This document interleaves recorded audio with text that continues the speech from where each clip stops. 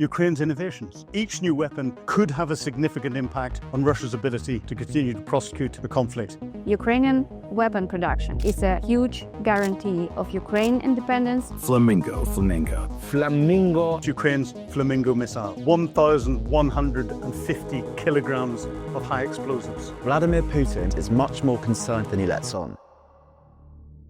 On August 30th, 2025, around dawn at FSB outpost near Armyansk, there was a lot going on.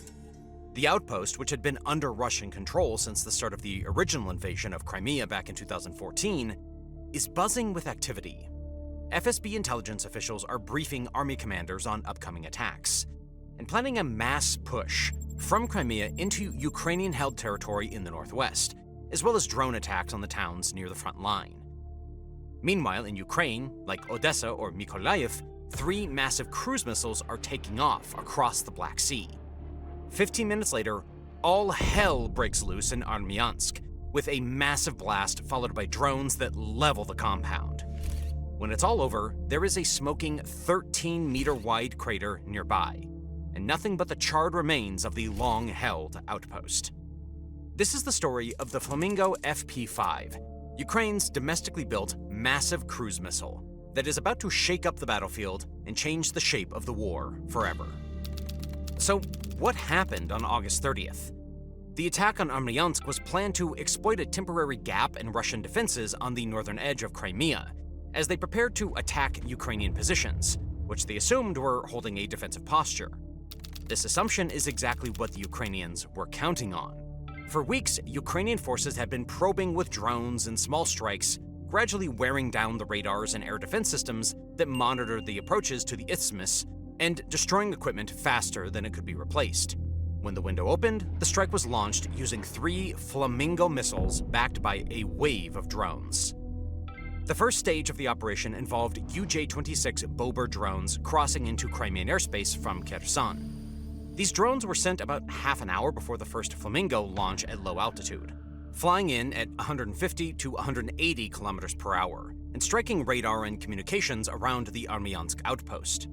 With Russian radar already severely degraded from the previous weeks of attrition, the attacks were successful.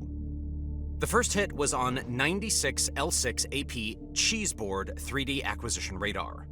This rotating phased array radar works in conjunction with S-300 and S-400 missile systems for theater defense by measuring range, azimuth, and elevation, and can distinguish between 4 target types: aircraft, helicopters, UAVs, and missiles. It was a critical component to Russian air defense of the isthmus to Crimea. The second major hit was to the MR-M1E coastal defense radar. This radar is an X-band radar that detects surface ships and relatively low-flying aircraft over water. 2 Pantsir S-1 systems did open fire using their onboard radar, and 2 of the UJ-26s were shot down, but the attack had already been a success, and the radar that should have picked up on the incoming threats across the Black Sea was temporarily blind and cut off from communication. That was the moment the Flamingos came in. One of the missiles failed to reach the target. Whether from navigation error, malfunction, or shot down, it was lost and did not strike the Armyansk outpost. This reduced the weight of the initial blow and meant the rest of the attack had to compensate. One missile was the decisive hit. It struck within 15 meters of the command post attached to the Armyansk checkpoint, which is its stated accuracy. The explosion knocked out the antenna arrays and destroyed communications gear. The immediate effect was to blind the outpost and cut its link to higher command. Russian soldiers at the base suddenly found themselves without functioning radar, without reliable comms, and without coordination from above. The second missile that made it to the compound was not so accurate and hit near the shoreline next to a hovercraft. The vessel was heavily damaged and burned. Though not the intended target, its loss further disrupted Russian mobility in the area and added to the confusion on the ground. Once the missiles had hit, Ukrainian drones moved in. Some were loitering munitions, others carried small explosive charges. Their targets were fuel stores, parked vehicles, and defensive positions. Without radar and with communications already destroyed, Russian defenses were ground down over about half an hour, with several kamikaze drones making it through to score hits on their targets. So the entire strike lasted about half an hour.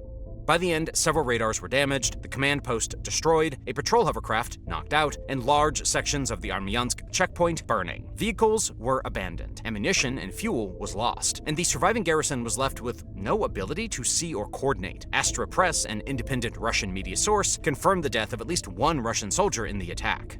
Now, the operation was not flawless. One missile was lost, and another hit an unintended target. But the combination of precision strikes and drones was still enough to achieve the objective. The Armyansk outpost was neutralized. The Russians were left blind in the north, their local defenses on the isthmus temporarily broken, and their ability to monitor the approaches into Crimea seriously disrupted. So what weapons did they use to pull all of this off? The FP-5 Flamingo is Ukraine's brand new ground-launched cruise missile, developed by the defensive company Firepoint, which was already famous for their FP-1 long-range and FP-2 medium-range drones. With no background in defense or drones, the founders of the company are friends who came from diverse fields like construction, video game design, and architecture. But they saw a need and founded one of the most innovative defensive firms in the world. The FP-1, their original project, has a range of 1,600 kilometers and accounts for 60% of strikes against targets deep inside of Russia, like oil refineries and ammunition dumps. Their new project, the FP-5 Flamingo, looks like it will have similar effects on the course of the war. It was publicly revealed on August 17, 2025, and, like the FP-1, is designed to extend Ukraine's reach deep into Russian territory. The Flamingo missile has a length of approximately 12 to 14 meters and a wingspan of 6 meters. It has a maximum takeoff weight of around 6,000 kilograms and is equipped with a 1,150 kilogram warhead, which is likely a repurposed American Mark 84 general-purpose bomb or a BLU-109B bunker buster bomb. This gives it approximately twice the explosive force of the current generation Tomahawk Block 5. The missile is powered by a solid fuel booster that propels to a cruise speed of 850 to 900 kilometers per hour. Then the booster falls away, leaving its Evchenko AI-25 turbofan to carry it to its destination at a maximum speed of 950 kilometers an hour. Its range extends up to 3,000 kilometers, about twice the range of the Tomahawk, allowing it to reach deep into Russian territory where their oil infrastructure sits undefended. Unlike Western systems that rely on expensive and complicated terrain contour matching for guidance, the Flamingo employs a combination of GPS, GNSS, and inertial navigation systems, or INS, achieving an accuracy of approximately 14 meters circular error probable, also known as CEP. This means that the manufacturer expects that if 100 Flamingo missiles are launched at an aim point, 50 are statistically expected to fall within 14 meters of their aim point, 93 are expected to fall within 28 meters of their aim point, while the remaining 7 would fall outside of that 28-meter radius. This makes it less accurate than the Tomahawk Block 5, which has a CEP of approximately 5 meters, but between improvements that can be made as it is used and the massive warhead, the Flamingo is not too shabby. The missile's design features a fixed straight wing with the turbofan engine mounted above the fuselage. When I first saw it, I caught the immediate resemblance to the German V-1 flying bomb from the late days of World War II. It also resembles the Ukrainian-built Soviet Tu-141 and Tu-143 reconnaissance drones that we've spoken about on the channel before. This fuselage is primarily constructed from radar-transparent composite materials, while the engine nacelle is built from metal to withstand high temperatures coming from the turbofan. Firepoint initiated the development of the Flamingo missile following the 2022 Russian full-scale invasion of Ukraine. The missile also seems to be marketed at the Millennium Group FP5, which was shown at the International Defense Exhibition and Conference 2025, IDEX, in February. But the missile was publicly revealed in Ukraine on August 17, 2025, during a test launch at a concealed facility in the south of the country. President Zelensky announced the commencement of serial production shortly after. Currently, Firepoint can produce about 1 missile per day, but they plan to increase output to 210 units per month by October of 2025. This sounds great, but my question is, since this is a nearly 7-ton missile that needs the same engines as small jet trainers and fighters, where do 210 engines a month come from? I don't think the manufacturer is dishonest when they project those figures, but it's a massive rocket that needs large engines. It'll be interesting to see how they source them moving forward. Ukrainian ingenuity and cost-cutting throughout the war has been inspirational and eye-opening. And that brings us to another point. Not only does the Flamingo have more destructive power and range than its Western counterparts, but it can be built for under $1 million. Compare that to the Tomahawk or Scalp that both come in at over $2 million apiece.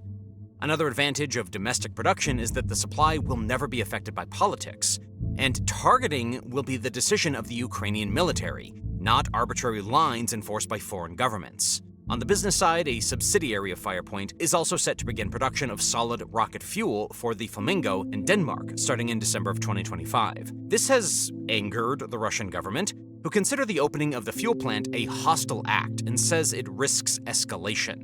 Looking ahead, Firepoint is reportedly developing 2 new ballistic missile systems, designated FP7 and FP9.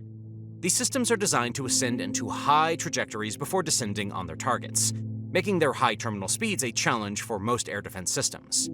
The FP7 is a medium-range ballistic missile with an operational range of up to 200 kilometers, while the FP9 is a strategic-range ballistic missile that should be capable of striking targets up to 855 kilometers away.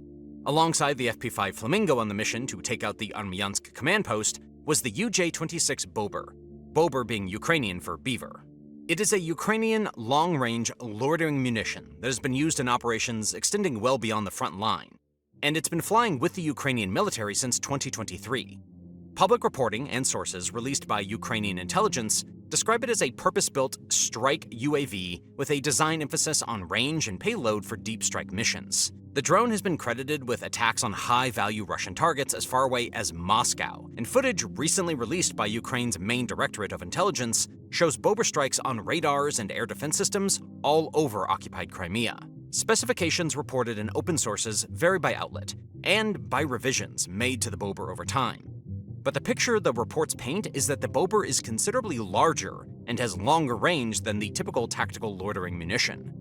Range estimates in available reporting fall roughly between 600 kilometers and 1,000 kilometers. Not quite as far as the FP1, but still in the class of long-range strike drones rather than attack UAVs. Payload figures commonly cited put the warhead in the low tens of kilograms, typically around 20 to 30 kilograms. Its usual munition is KZ-6 type shaped charge, intended to defeat radar, vehicle, and lightly armored targets. It can fly up to 180 kilometers an hour. Deployment and launch methods have evolved as the war has gone on. Earlier variants were operated from improvised airstrips with landing gear, but more recent publicized upgrades included catapult or fixed ramp launch methods that remove the need for a runway and make the drone more flexible to set up in the field. Since production started, it has also had an FPV-style upgrade that provides real-time visuals and manual operator control in the terminal phase, along with thermal imaging cameras to improve target acquisition at night or in poor visibility. These changes are presented as deliberate efforts to increase the drone's survivability and terminal accuracy against defended targets. Recorded footage shows Bober variants used for both strategic attacks deep behind enemy lines and attacks against Russian logistics, like we see in the attack on the Armyansk FSB station. Notable reported uses include strikes attributed to Bober drones against targets in the Moscow area in 2023, and a reported strike on the Kasputyn Yar missile test range in July of 2024, where Russian authorities acknowledged the engagement and downing attempts. Ukrainian media and intelligence, released in mid-2025, showed upgraded Bober footage and claimed successful strikes on systems in occupied Crimea. On production cost, since 2023, the platform has moved from limited batches to larger-scale production in Ukraine's domestic industry. The approximate cost of the system is $110,000 per drone, which sounds like a lot, but we have to remember the high price of the Russian systems it can threaten, as well as the cost of other Ukrainian and Western long-range munitions. And even though it's effective on its own, when it's paired with the system like the Flamingo, its ability to do damage is massively multiplied.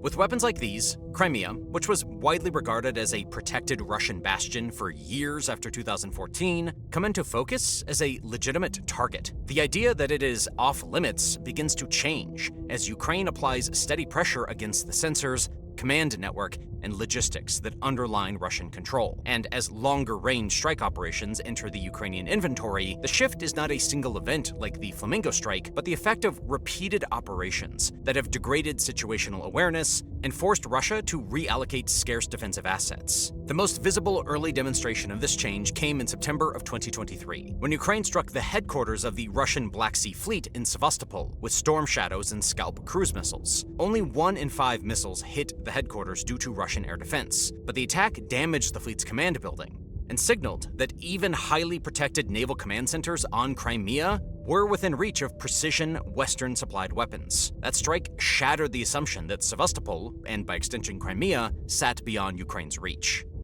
YouTube just dropped a mind-boggling announcement. It is paying creators $64 million per day. Why? Well, because YouTube doesn't have enough creators. That is why you see videos on your homepage that have less than 1,000 views, like this one.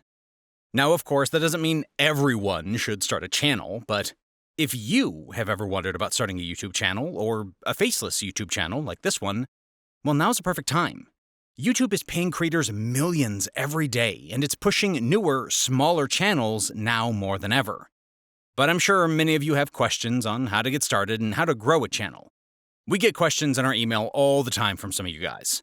So that's why we've decided to put all of our YouTube advice into one training bootcamp for the low, low price of completely free.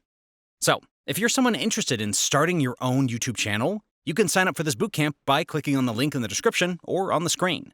Sign up now because, unfortunately, unlike YouTube videos, the bootcamp is like a Zoom call, so it's limited to just 100 people. Okay, let's get back to the video. Even more important than the headline attacks have been the systemic strikes on radar and local command infrastructure. Beginning in 2023 and continuing into 2024 and 2025, multiple radar stations and coastal surveillance sensors have been attacked, and in some cases, destroyed.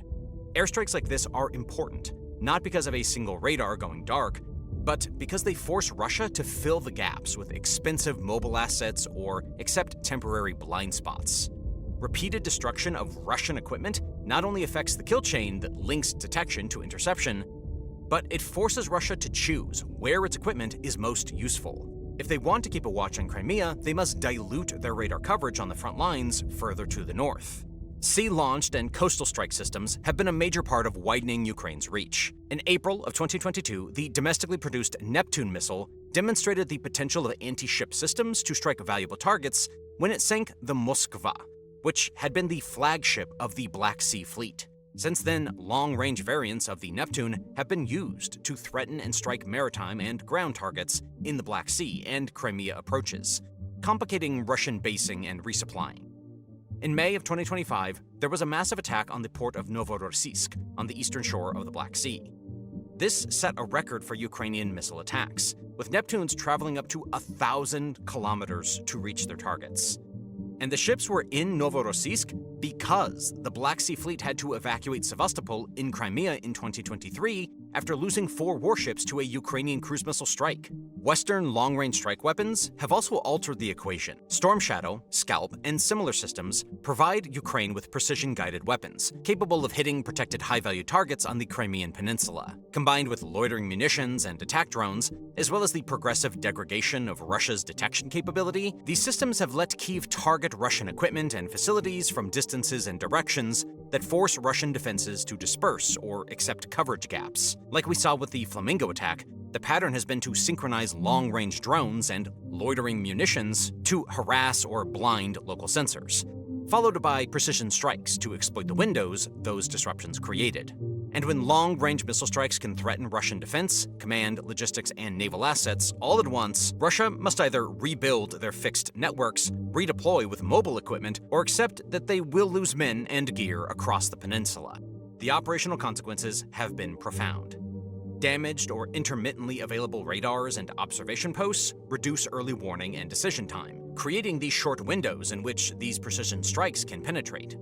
That does not mean Russia has no defenses left, just that the density and reliability of the detection network have been eroded, leaving systems to rely on their own shorter-range radar, like we saw with the Panzer S-1, being able to down 2 Bober drones with its onboard radar. To maintain effective coverage across Crimea now requires more assets, more mobility, and more logistical effort than it did before the campaign of targeted strikes began in 2023. Examples across the timeline illustrate the point. The September 2023 strike on the Black Sea Fleet headquarters signaled strategic reach. Repeated radar strikes through 2024 destroyed fixed detection capabilities. Then, targeted strikes on coastal logistics and small naval units after the Black Sea Fleet had evacuated the peninsula in 2024 and 2025 further degraded Russian capability. The first reported Flamingo use in August of 2025 showed that Kyiv's own long-range missile could now complement Western systems for approximately half the cost. When we look at the last few years on the Crimean Peninsula, these events demonstrate a consistent and effective logic. Remove sensors, sever local command and logistics, then punch through with precisely timed missile attacks. Strategically, the practical result is that Crimea can no longer be treated as a sanctuary, immune to Ukrainian strikes.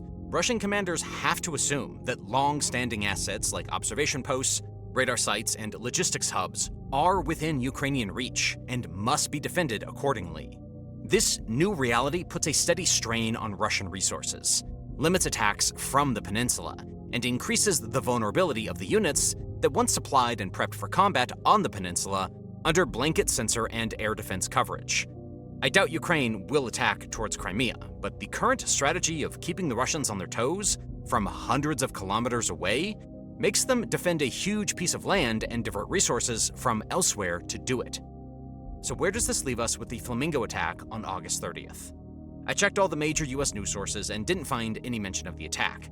Ukraine developing its own ultra-long-range, ultra-destructive cruise missile for half the price of a Tomahawk should be big news. Yet American media has ignored it. When Russia's full-scale invasion of Ukraine began in February of 2022, the American public engagement was extremely high. Polling at the time showed that more than 4 in 5 Americans were closely following the war, and a vast majority supported military, economic, and humanitarian aid. But by 2024 and 2025, the picture had shifted. Surveys show that only about 2/3 of Americans are still following the war at all, with the share following very closely cut in half since the first months of fighting. According to a Chicago Council on Global Affairs survey in March of 2025, the proportion who say the US has a responsibility to help Ukraine defend itself had slipped to around half, and partisan divides had become apparent. The war was turning into a political football. Among Democrats, support for arming and funding Ukraine remained strong. But among Republicans, the prevailing view had become that Washington is doing too much at too high of a cost. A growing slice of the public on both sides of the aisle was beginning to favor a quick end to the war, even if that meant Ukraine loses territory. More recent polling, though, is more hopeful, with 62% of Americans supporting continued military aid to Ukraine, with the most pronounced shift being among Republicans, with a 21% increase in support as of the July 2025 poll. Currently, a slim majority of 52% also believes that the United States should assist Ukraine in regaining its lost territory, even if it does prolong the war. Editorially, I should add here that the loss of Ukrainian territory, or freezing the battle lines where they are, would result in the same kind of frozen conflict after the initial invasion in 2014. A tense stalemate, while Russia rearms and trains for more combat. According to the Kiel Institute's Ukraine Support Tracker, the United States has not provided aid since January of 2025, which stands in stark contrast to what the public believes is correct, and what the government and the mainstream media seems to ignore. This fluctuating American commitment contrasts sharply with the attitudes in Europe. Polling across the EU shows consistent majority support for supplying arms, sustaining financial aid, and absorbing the economic costs of sanctions. In frontline states like Poland, Lithuania, and the Nordic countries, the consensus is even stronger. Russia must be stopped in Ukraine, because the alternative is Russian troops pushing up to their own borders, and the very edge of the EU and countries that are actually NATO members.